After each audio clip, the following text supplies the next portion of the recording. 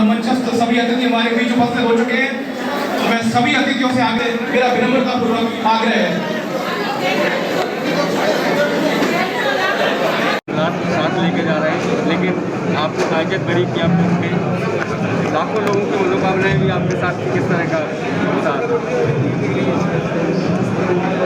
देखिए, बरी होने की खुशी और दुख होने का कोई कारण नहीं है,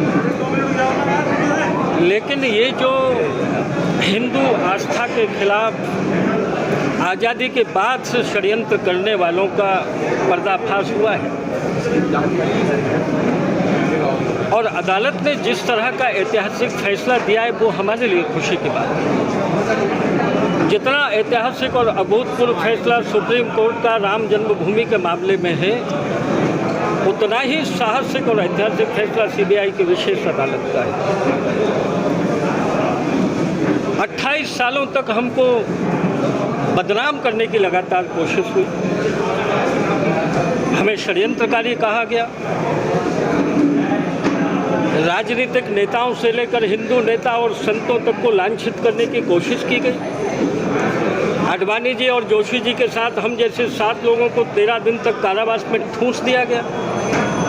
घरों पर चोर डकैतों की तरह हमारे छापे डाले गए, लेकिन अदालत ने कहा कि सीबीआई आरोपितों का एक फोटोग्राफ भी प्रमाणित नहीं कर पाई है तोड़ते हुए, एक कागज का टुकड़ा भी सबूत के रूप में नहीं दे पाई। तो आखिर 28 साल तक देश का माहौल खराब करे रखने की कोशिश क्यों की गई?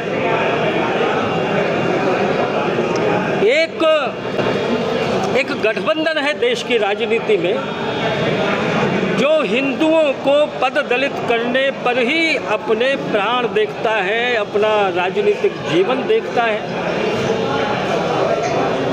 और इसलिए ऐसे लोगों को शर्म आनी चाहिए। मैं आज कांग्रेस की तत्कालीन केंद्र सरकार थी, इसलिए कांग्रेस पार्टी को कहता हूं कि अदालत का यह फैसला आने के बाद उनको देश के 110 करोड़ हिंदुओं से हाथ जोड़कर माफ़ी मांगनी चाहिए और ये कसम खानी चाहिए कि आगे से इस तरह के कृत्य नहीं करेंगे, क्योंकि अब देश में उनके षड्यंत्र बेनकाब होने का समय आ गया है। इस मामले में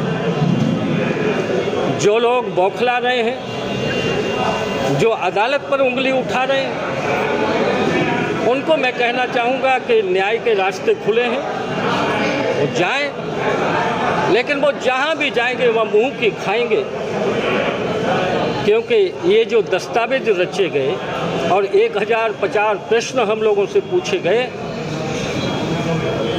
ये कूट रचित दस्तावेज।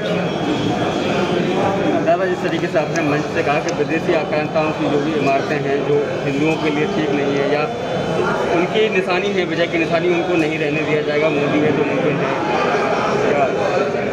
देखिए, मैंने कहा है और उसको इसी परिप्रेक्ष्य में मैं बोला हूँ, और आप समझिए कि किसी भी आज़ाद देश में पराभव की निशानियाँ दुनिया में कहीं नहीं होती, लेकिन दुर्भाग्य से हैं उन सबका विधि सम्मत रास्ता भविष्य में खोजा जाएगा, ये मैं उम्मीद करता हूँ। मैंने ये नहीं कहा है कि नहीं रहने दी जाएंगे। 110 करोड़ हिंदुओं की जन मन की इच्छा जब होती है तो रास्ते निकलते हैं, लेकिन मैं ये कहूँगा कि 500 करोड़ का 500 वर्षों का हमको जो संघर्ष करना पड़ा अयोध्या के लिए, उतने संघर्ष की ज़रूरत नहीं है। ज़रूरत रास्ता निकालने की, रास्ता निकलेगा, और वो युग भारत में है इस समय कि उसमें सब कुछ मुमकिन हो सकता है।